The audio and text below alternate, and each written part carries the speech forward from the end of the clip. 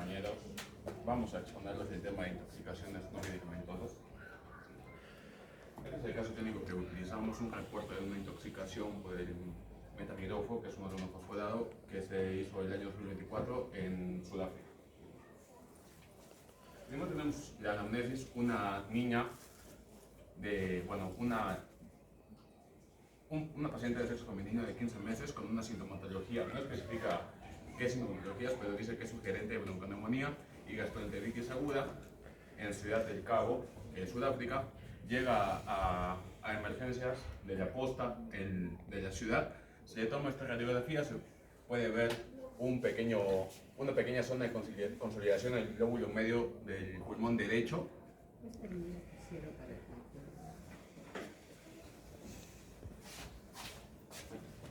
Gracias.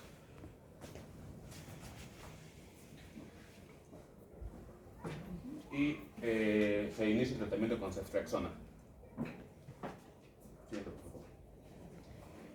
Entonces, desde el día 1 hasta el día 4 que se encuentra en la posta, el tratamiento que recibe es ceftriaxona, oxígeno nasal, líquidos intravenosos, y al cuarto día de estar hospitalizado presenta una convulsión febril. Se le toma esta nueva placa en la que se puede ver que la consolidación que estaba solo en el lóbulo medio se convierte en vivasal en ambos pulmones.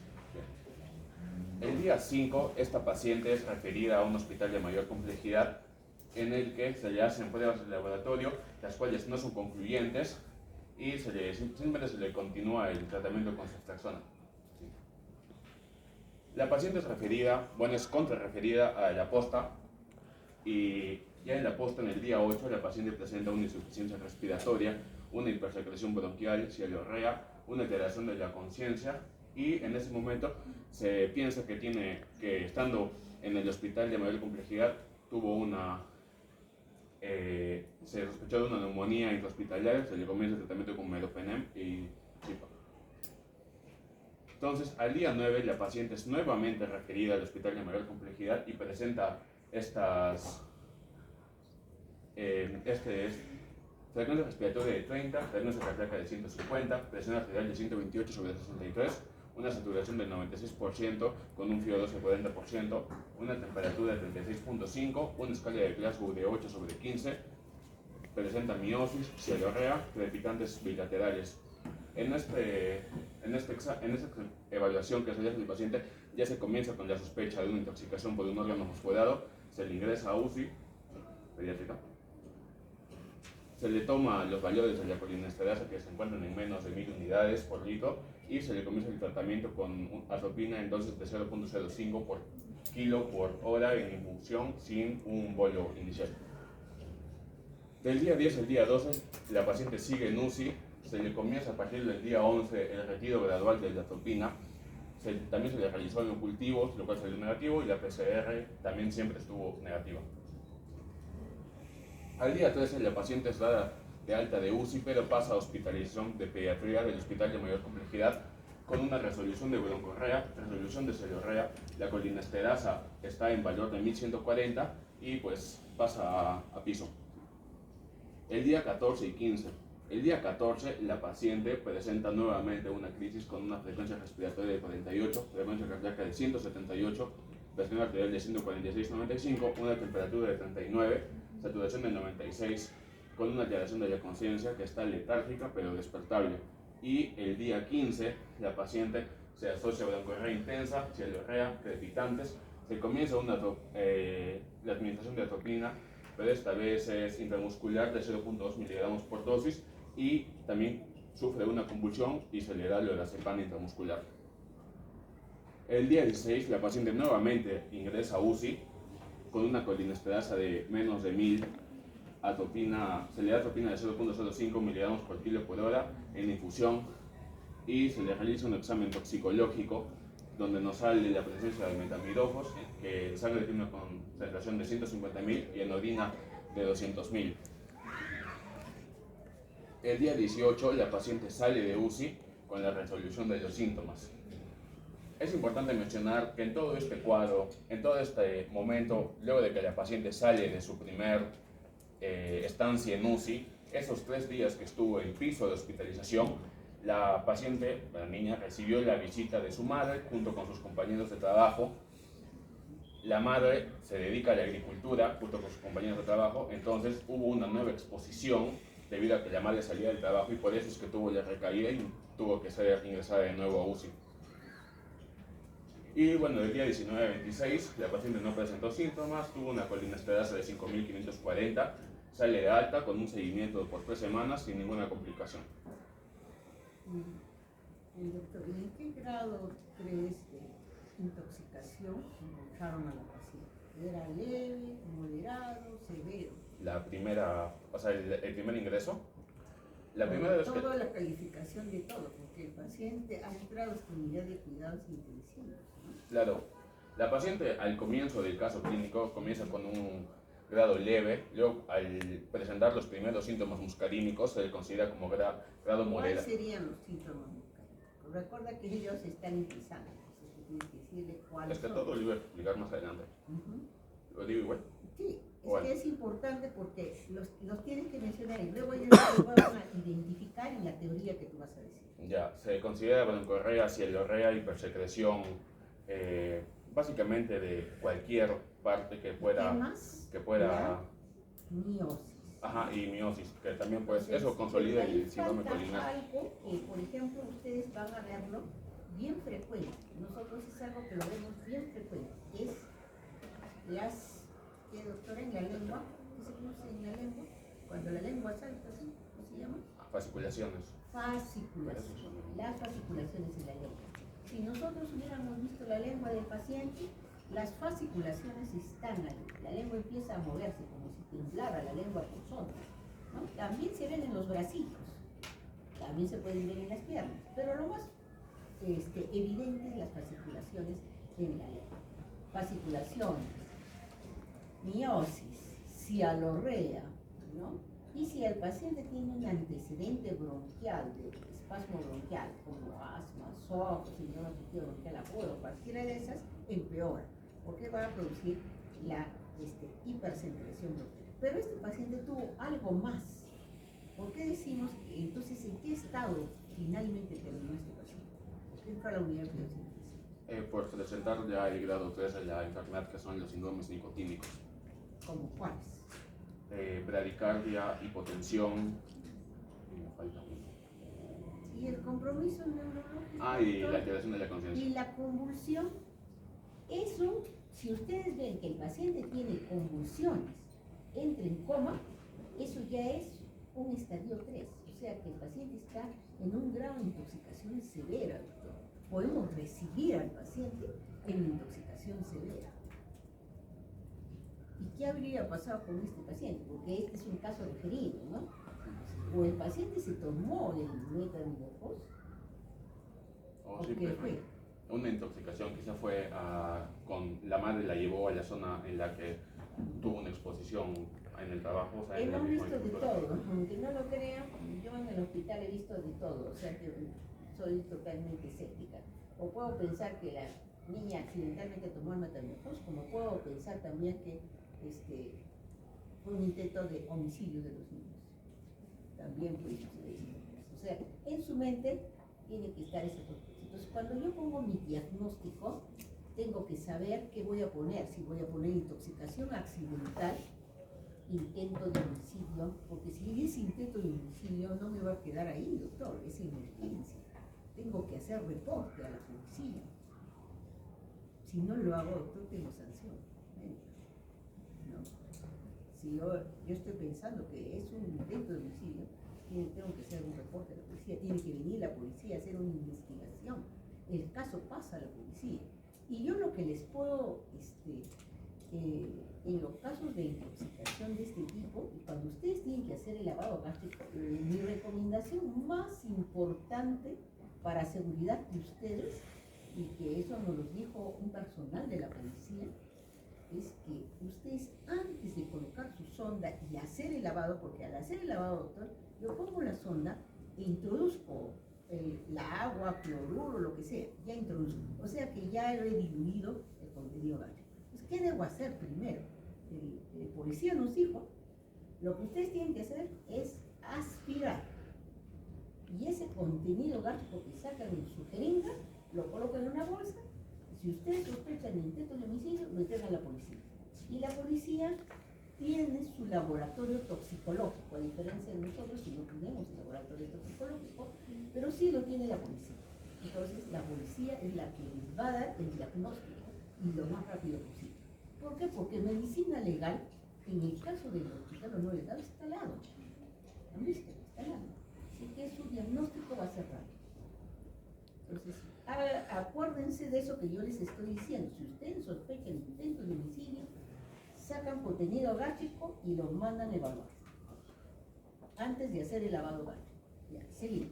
Ya. Para hablar de las generalidades de la intoxicación no medicamentosa, primero vamos a tener que es una emergencia médica, es una causa importante de muerte. El origen usualmente es accidental, como mencionó la doctora, también existe un intento de suicidio frecuente en adolescentes y existe la intoxicación homicida intencional, que es rara, pero existe. Los factores de riesgo epidemiológicos: pacientes con una edad menor a 3 años, preferente sexo masculino, con una mayor incidencia del 41% en los pacientes de 2 años, familias numerosas, padres analfabetos o trabajadores que sean de barrios marginales, con una discapacidad mental, estacional, usualmente intoxicación por CO2 en invierno y por pesticidas en la época de cosecha, dependiendo de la zona. Trabajo infantil en industrias y eventos familiares como pintar la casa o cambios en la residencia. Luego tenemos la etiología. A grosso modo son primero en frecuencia los hidrocarburos, segundo fármacos, tercero plaguicidas, 4 detergentes y 5 otros. Esta etiología es basada en un libro que fue publicado en la India de este año. La clínica. Estos son los síndromes que se suelen asociar a las intoxicaciones. El síndrome colinérgico, que es el que vamos a ver en la intoxicación por órganos fosforados, va a tener una presentación de la pupila en miosis, una frecuencia cardíaca baja, una presión arterial baja, la presencia de broncoespasmos y también los síntomas muscarínicos que ya se mencionaron. En el síndrome anticolinérgico, la pupila va a estar en miosis, la frecuencia cardíaca va a estar aumentada, incluso puede haber presencia de arritmias, la presión arterial disminuida con la frecuencia respiratoria aumentada, y a nivel del sistema central puede haber convulsiones o la propia excitación. Luego tenemos pues los síndromes simpatomiméticos, que usualmente son causados por las anfetaminas o la cocaína, que va a haber miosis y frecuencia cardíaca, presión arterial y frecuencia respiratoria elevada. El síndrome por narcóticos, la pupila va a estar en miosis, frecuencia cardíaca y presión arterial baja y la frecuencia respiratoria sumamente baja. Y en una síndrome de abstinencia de los narcóticos, la pupila va a estar en migresis, con una frecuencia cardíaca alta, con la presión arterial puede estar elevada o disminuida, y la frecuencia respiratoria usualmente suele estar aumentada. Entonces, para hablar de los principios generales de tratamiento, primero tenemos que tener la sospecha de que el paciente esté en una intoxicación, que tiene que ser con un inicio hiperagudo de los síntomas, que el paciente sea previamente sano, una presentación clínica inexplicable por los trastornos comunes, una afectación multisistémica sin causa evidente y una exposición a sustancias desconocidas. Tiene que estar el paciente al menos hospitalizado por 24 horas. Luego vamos a tener los pasos que nos recomienda este libro. El paso 1 pues, es la reanimación inmediata con el ABC. La A de vías aéreas, de asegurar la permeabilidad, la B de breathing, que es revisar y apoyar la respiración, y la C de circulatory, que es apoyar la circulación periférica principalmente. El paso 2 es la evaluación clínica. Como mencioné, una historia clínica detallada, ver cómo es que se pudo causar la clínica, si es que ingirió algo, cuánto, hace cuánto tiempo fue, la presentación de los síntomas que tuvo a lo largo del tiempo y el examen en ese momento.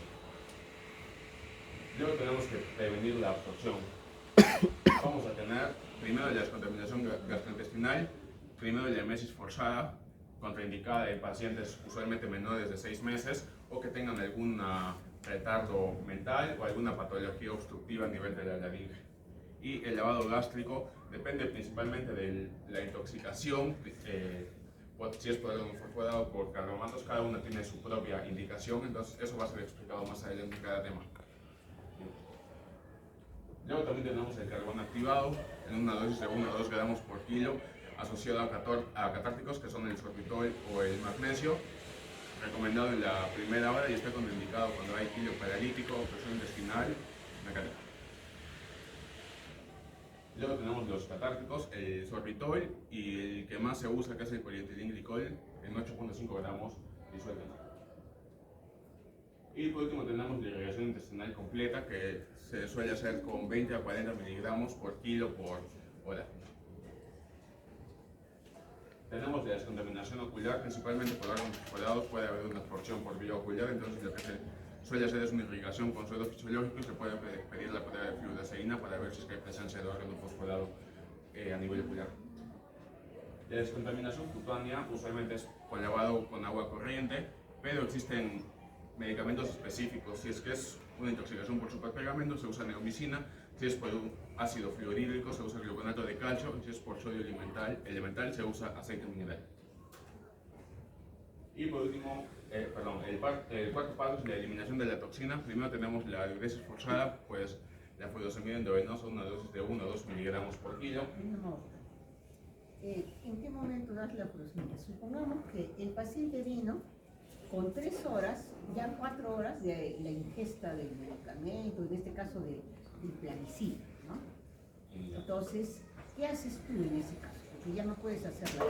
¿Qué haces? Inicio carbón activado con catártico. No, recuerda que tiene 4 horas. Tú has dicho que es en la primera hora el carbón activado. Y tiene 4 horas, tampoco puedes rebajar. Entonces, ¿qué hago? El libro recomienda el lavado gástrico principalmente en la primera hora, pero dice que se puede hacer. En este caso ya tiene 4 horas. Pero también dice que se puede hacer hasta en 12 horas luego de la intoxicación. Y ya no es útil. En 3 horas, hasta 3 horas como máximo, ¿no? Entonces, lo que hacemos es hiperhidratar.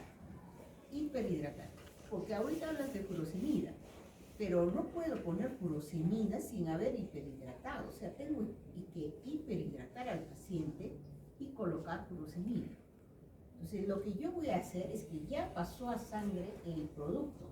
Yo lo voy a forzar la eliminación renal del producto. Entonces, hiperhidrato y coloco la furosemida. Entonces, ahí sí me va muy bien, ¿no? Hiperhidratación y luego furosemida. Seguimos. También dice que para la eliminación de la toxina se puede modificar el pH urinario alcalinizándolo con bicarbonato de sodio o acidificándolo con cloruro de Depende del producto, ¿no? Depende del producto. Ajá, eso es lo que menciona el... Claro, pero es que esto es en general. Pues te digo, depende del producto que estés teniendo, ¿no? Como sí. Tú tienes AGA y electrolitos, doctor, tú vas a trabajar en base al AGA y electrolitos. ¿Ya? Ya, seguimos. Y por último tenemos la hemodiálisis, principalmente en pacientes críticos. El paso 5 son la administración del antídoto específico. Para la intoxicación por anticolinérgico se va a dar principalmente la fluoxetina, para las benzodiazepinas y flumazepina. Entramos solamente específicamente en tu área. Esto ve solo lo de tu área, porque ya hemos hablado ya de medicamentos. Vamos a hablar solamente de lo que te corresponde. Ya, para órgano fosforado o carbamatos, atropina. ¿Y qué más? Pralidoxona. Pralidoxina. Pralidoxina. Es otro medicamento que no lo van a encontrar fácilmente en el hospital. Tienen que buscarlo en otros hospitales, clínicas, ¿no? Pralidoxina no encontramos. Y pralidoxina tampoco lo damos en una intoxicación leve, moderada o severa. ¿Cuándo damos pralidoxina? Severa. En severa, o sea que en la leve, en la moderada no necesitamos, con la que tiene suficiente. Ya en la severa sí tenemos que usar pralidoxina. Por ejemplo, el caso del paciente del beta-linfos es uno de los órganos fosforados más potentes, que ahorita está prohibido su uso en la agricultura por la toxicidad. Entonces, en esos casos podemos usar pralidoxina. Ya. ¿Qué más? ¿Qué otro componente tienes? Y ahí creo que ninguno, no hay otro. No. Seguimos. Luego el paso 6 es la terapia de soporte, corregir líquidos y electrolitos, oxígeno dependiendo del paciente, se tiene que tratar el shock hipovolémico, lo que mencionó la doctora de seguridad del paciente, controlar convulsiones en caso haya convulsiones y manejar las principales complicaciones que son edema cerebral, hiperpirexia, alteraciones de glucosa e infecciones.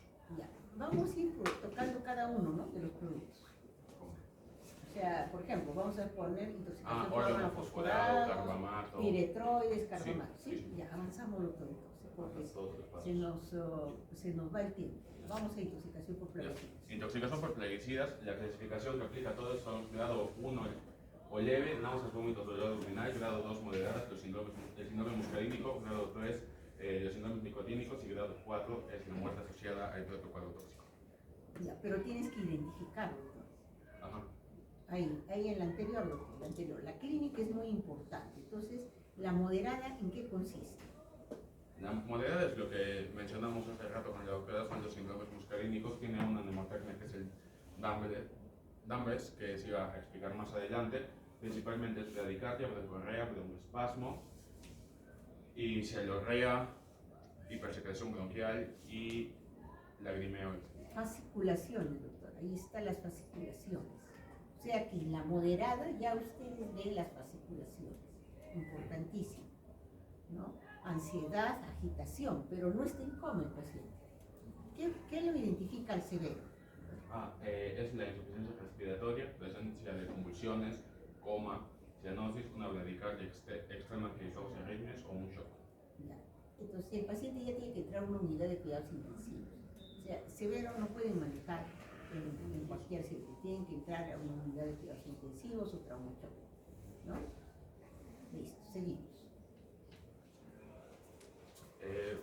El laboratorio principalmente para órganos fosforados se trata de pedir colinesterasa plasmática y hidroxitaide que pueden estar disminuidos, pero me parece que aquí no se pueden pedir en el MINSA. Los pedimos hacia la región, podemos pedir en la región de salud de Arequipa, hacen la colinesterasa, los dosajes de colinesterasa, lo mandan a Lima, al Instituto Nacional de Salud, y se hace el dosaje de colinesterasa, ¿ya? Gasometría arterial, entonces, ¿qué tenemos en la gasometría? Principalmente una acidosis metabólica. ¿Qué más? José. Ya. Luego electrolitos, función renal y hepática para valorar las complicaciones que se puedan dar. En el EKG de una bradicardia con bloqueos y arritmias. Y en la radiografía de tórax, si hay dificultad respiratoria, puede haber broncoaspiración o edema pulmonar.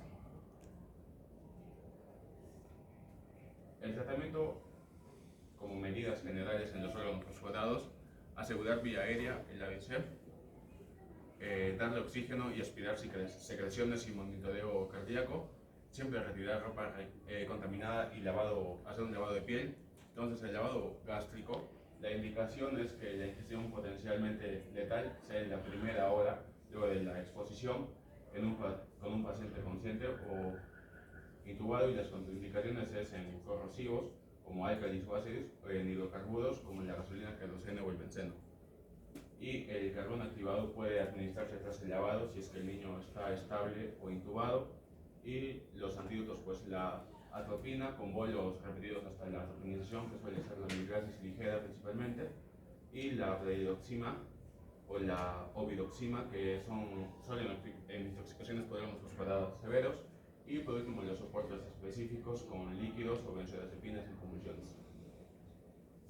La intoxicación, para hablar específicamente del órgano fosforado, es la causa más importante de intoxicación intencional, pero es la causa importante de intoxicación intencional, pero es más accidental. Puede ser tras ingesta, inhalación, contacto directo o por los ojos. Ya, vamos a ver solamente de acá, doctor, el manejo de las convulsiones, en este caso, de órganos fosforados. ¿Con qué empiezas? Si el paciente convulsiona, ¿con qué medicamento empiezas el tratamiento de convulsión? Con una benzodiazepina. ¿Cómo cuál, doctor? ¿La dosis o el kilo? ¿Cuál? No sé la dosis, pero... ¿Cuál? Por lo menos dime cuál. Lorazepam. Entonces, lorazepam, no. Trabajamos con diazepam. El que tenemos acá es diazepam. Entonces, trabajamos con diazepam. La dosis es 0,35 miligramos por kilo. ¿Por qué vía se coloca, doctor? El diazepam intramuscular. No funciona intramuscular. ¿Ya? Les pregunto eso porque es una clásica de los centros de salud. Me colocan diazepam intramuscular, no sirve para nada. Es endovenoso. Si no pudiera, la clásica también del centro de salud es, no conseguimos vía, doctora, la enfermera no puede colocar, entonces coloco intrarectal, pero no lo coloco ni intramuscular, tampoco lo puedo dar vía oral, no va a servir. No, el paciente está convulsionado, entonces o lo dan endovenoso o lo colocan intrarectal. Ya, eso podrían hacer. Pero este es el caso específico del órgano fosforado. Después de diazepam, si el paciente no cede con diazepam, ¿qué continúa, doctor? ¿Con qué continúa? ¿Cuál es el siguiente medicamento? No sabía otro. Fenitoína, cargo con fenitoína. Sí. ¿Cuál es la dosis? 10 a 20. De 10 a 20, bien. Pongo entonces mi dosis de carga, puede ser de 10, como máximo puedo poner 15, que la dosis 20 es bastante. Entonces, con 10 a 15 miligramos puedo entrar endovenoso y luego ya le doy mi manejo a 7 miligramos por kilo de mantenimiento, ¿no? Entonces, diazepam, fenitoína. Este es órgano fosforado. Es muy diferente en otros plaguicidas, ¿eh? Por eso estoy hablando de órgano fosforado. Seguimos. El mecanismo principal del órgano fosforado es la inhibición irreversible de la enzima colinesterasa, que es el responsable de la degradación de la acetilcolina en sitios posinápticos. Entonces, Te como quedan 10 es... minutos, doctor. Pasamos al siguiente. hasta la última de órgano fosforado.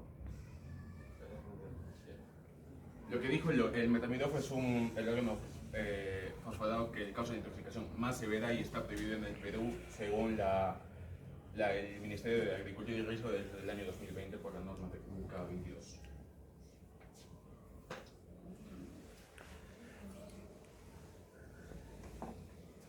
Ya, bueno, yendo un poco más rápido, los carbamatos van a ser plaguicidas usados igualmente como insecticidas y su mecanismo de acción va a ser similar al de los órganos fosforados que ya vimos.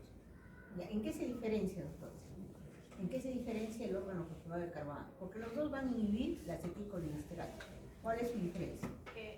Como se menciona, es reversible y es de corta duración. Entonces, la otra es la inhibición es irreversible de la acetilcolinesterasa en el caso de los órganos fosforados. Y en el caso de los carbamatos es una inhibición reversible. Esa es la diferencia. Seguimos. Bueno, en la clínica vamos a ver el síndrome sinérgico, que bueno, ya se mencionó también anteriormente, donde en la parte digestiva va a presentar náuseas, vómitos, dolor abdominal, diarrea, en la parte respiratoria, broncorrea, broncoespasmo, disnea. En la parte neurológica, tanto la miosis, la cefalea puede llevar a presentar confusión, incontinencia urinaria y bradicardia y hipotensión. El diagnóstico se da por la actividad de la colinesterasa plasmática y eritrocitaria, que puede ser disminuida, pero no tan marcada como los órganos fosforados, como ya mencionamos, y no se requiere siempre para el diagnóstico. Esto más que todo es de manera clínica. El tratamiento se da con un lavado gástrico, como ya habíamos mencionado dentro de la primera hora de preferencia. Hay que retirar toda la ropa del paciente, realizar un lavado de la piel por lo general con agua corriente de manera cefalocaudal. Y en caso presente broncoespasmo, bradicardia y hipotensión, se puede aplicar la atropina. La dosis de atropina. Será de 0.02 a 0.05. La dosis es 0.05. La que están viendo ahí, 0.05 miligramos por kilo. Endovenoso que la colocamos cada 5 a 10 minutos hasta atropinización. Hasta la atropina. Ya, ¿cuáles son los signos de atropinización? Para eso también con lo que es la imagen. Signos de atropinización. Ya, el paciente va a presentar hipertermia, midriasis, anhidrosis, vasodilatación, incluso puede llegar a presentar delirio, y ahí es cuando ya estamos en la atropinización y bueno, en realidad el paciente, mira, se pone sus pupilas dilatadas. Cuando hablamos de que la intoxicación es por carbamatos o órganos fosforados, las pupilas están en un milímetro, están mióticas en un milímetro. Pero con la atropina, conforme la vamos colocando, vamos a llevar a la midriasis. Podemos llevar hasta 4 milímetros, está muy bien. Pero si pasamos los 4 milímetros de la pupila y ya llegamos, por ejemplo, a 5 o 6, ya el paciente tiene signos de atropinización. Entonces el paciente tiene sequedad de boca, tiene irritabilidad, se quiere quitar las vías, doctora. Empieza a pelear con las manos con el aire.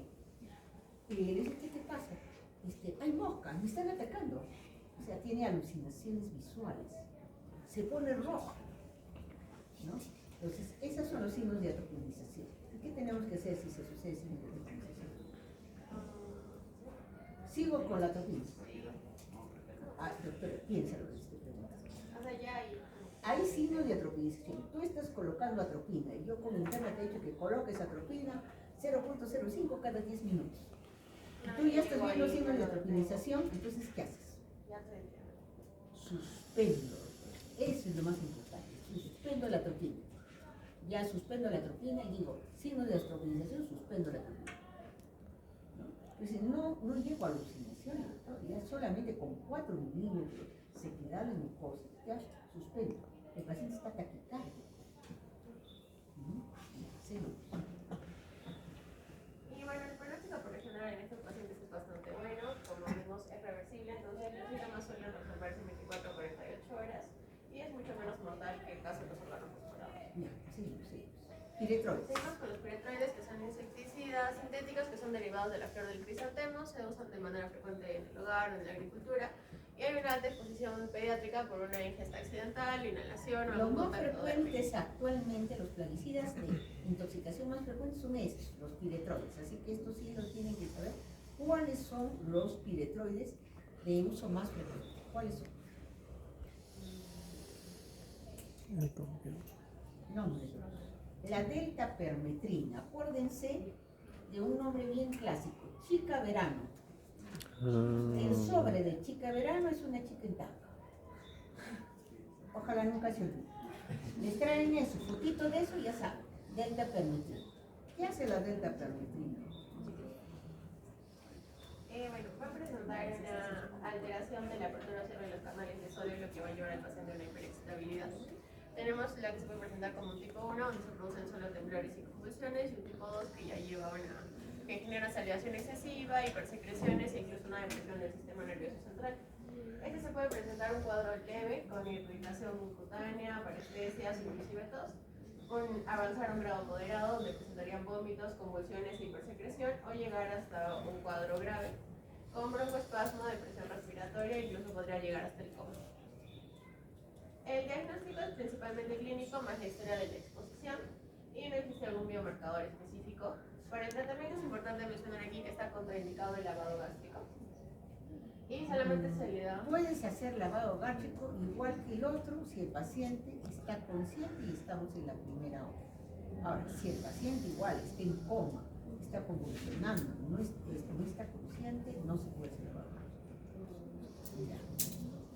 Bueno, se maneja el paciente con soporte vital en la vía aérea, oxígeno líquido, se presenta convulsiones y le puede dar benzodiazepinas, como ya mencionamos anteriormente. Eso sí que no. Esa es la gran diferencia con las convulsiones. Por eso antes decía, les hice una pregunta específica. Convulsiones en el caso de órganos posturados y carbamatos pueden iniciar con benzodiazepinas. El ritmo es, doctora, diazepam, no responde, siguiente fenitoína, siguiente no responde, fenobarbital. Así es, ese es el normal ritmo para cualquier convulsión que ustedes conocen. En este caso, doctora, en el piretroides, al revés. Se inicia por el último, se inicia por fenobarbital. Estos solo responden a fenobarbital, no responden a fenobarbital. Y te digo, doctora, porque hemos visto el caso, con fallecimiento del paciente. Este piretroide, tú lo ves, es bien simple. Es una convulsión, es un paciente pues, que está simplemente, pero cuando el niño es menor de 1 año, convulsiona, o sea, es neurotóxico de acuerdo a edad, en relación a la edad. Entre más pequeño el niño, más neurotóxico es este producto. O sea, menores de 1 año produce convulsiones, y las convulsiones, doctora, son subfiltrantes. ¿Qué significa eso? Una tras otra. Tanto así, doctora, que el paciente no se relaja. Imagínense una convulsión tras otra convulsión. El paciente está en estatus convulsivo, convulsionando más de 1 hora y no responde al tratamiento, ¿no? Entonces les estoy describiendo un caso. Paciente que convulsiona uno tras otro. Entonces, como no había periodo de relajación, el paciente va a producir hipertermia maligna. Llega a subir la temperatura por la contractura permanente del cuerpo. Llegó a subir a 41 grados, 42 grados. Metanazol, igual que nada. Diazepam, doctora, nosotros pusimos diazepam, que decía en el libro. No servía de nada. Entonces, leímos otra bibliografía mejor, decía fenobarbital. Entramos con fenobarbital, tal, doctor. Ya el paciente nos había traído con media hora de retraso. Entonces, fenobarbital no respondía. Ya habíamos puesto como 3 dosis, seguimos con esto. Tal como decía el no funcionaba. Entonces, ¿cuál es lo siguiente cuando no funciona nada de eso? Lo siguiente es inducir un coma barbitúrico. Pero para yo inducir un coma barbitúrico con pentobarbital, el paciente tiene que estar en una máquina, tiene que estar, ¿cómo se llama?, con ventilación mecánica, intubado en una máquina con ventilación mecánica, como si lo hubiera anestesia. Entonces hicimos interconsulta anestesióloga. El anestesiólogo esa noche estaba operando. Sí, va a terminar mi operación y luego voy a bajar. Cuando bajó, a la hora, el paciente hizo paro 3 veces. Así de potente es en una hora, doctor, se nos fue el paciente. Y hubieron 3 niños, porque no fue un intento de accidental, un intento de homicidio por parte de la madre. Entonces, les había dado en una gaseosa este producto a los 3 niños. Era un niño de 1, otro de 3 y otro de 7. El de 7 estaba de lo más normal. Hicimos la babá, que fue normal. El de 3 también, no convulsión. Y el de 1 fue el que nos hizo problemas. Entonces, les cuento yo esto para que ustedes lo recuerden. Parece bien sencillo, pero si el niño es menor de 1 año, les va a hacer problemas. Seguimos. ¿Ya? Sí, seguro. Marínicos, solamente me tienes que decir el efecto del marínico, rapidísimo. Bueno, como vemos, son los pesticidas y veneno para ratas y genera hemorragia masiva. Y bueno. ¿Y por qué genera hemorragia masiva? ¿Cuál es porque inhibe la regeneración de la vitamina K. Muy bien, entonces, ¿cuál es el examen laboratorial más importante en este caso? Se les toma tipo de proteína y el INR. Muy bien, el tiempo de proteína y INR está prolongado. Normal es 12, INR 1. Está prolongado, puede llegar 16, 18, 20, 22. ¿No? Con INR hasta en 2 a 2.5, 13. ¿El antídoto cuál es? La vitamina K. Dosis de vitamina K. Bueno, el que mencionó el libro es que se pueden dar varias dosis y darle seguimiento al No, paciente. Para tenemos dosis por kilo. La dosis por kilo es 0,5 miligramos por kilo de peso. Con un máximo, doctores, de 10 miligramos. Y si el paciente no responde, también puedes dar, ¿qué? Plasma. Plasma fresco congelado. ¿Cuál es la dosis de plasma? Varía según. ¿No? La dosis va de 10 a 15 por kilo. Es igual que la sangre, paquete globular, 10 a 15 por kilo. Que lo pasamos en 3 horas, ¿no? Plasma fresco congelado. Ya, seguimos. ¿No más? Falta álcalis y... Falta Ya. Simplemente cuestiones fundamentales en álcalis. ¿En álcalis se hace lavado gástrico? No. ¿Qué más tienes aparte de álcalis? Hidrocarburos. ¿Se hace lavado gástrico? Tampoco. Ya son principios fundamentales. Álcalis y lavado gástrico no. ¿Cuáles son los álcalis más conocidos? Lejía, soda cáustica. Y en los hidrocarburos, antiguamente lo que más se usaba era el queroseno, pero actualmente ustedes ni siquiera conocen el queroseno, ¿no? Porque el queroseno era de colores, lo ponían en botellas de gaseosa y la gente se lo tomaba a los niños, ¿no? Entonces, porque con eso cocinaba la gente. Pero ahorita ya no hay queroseno. Entonces, lo que más frecuentemente es cuando vemos hidrocarburos, nosotros vemos intoxicación por gasolina, por tolueno, ¿no? El terocal, y no son porque se lo tomen, doctores, sino por vía inhalatoria. ¿Quiénes lo hacen? ¿Quiénes lo hacen? Vamos a los niños que están pirañitas de calle, ¿no? Se intoxican. En una lata ponen esto, lo alan, se tapan y lo reinhalan. ¿Cuáles son las características de la intoxicación por ¿cómo se llama? El tolueno, en este caso por los hidrocarburos? ¿Qué manifestaciones hay? Pueden presentar tos, disnea, taquicardia, náuseas. Lo más significativo, doctores, es ustedes reconocen a un paciente alcohólico, ¿no? Marcha de base ancha, está igualito, empieza a hablar. Es lo mismo que una intoxicación alcohólica, ¿ya? Pero es un niño. Es un niño que está produciendo. ¿Ya? Entonces, recordar esas pequeñas cosas que les digo, porque ahorita ya no es cierto. Muy bien, eso es todo.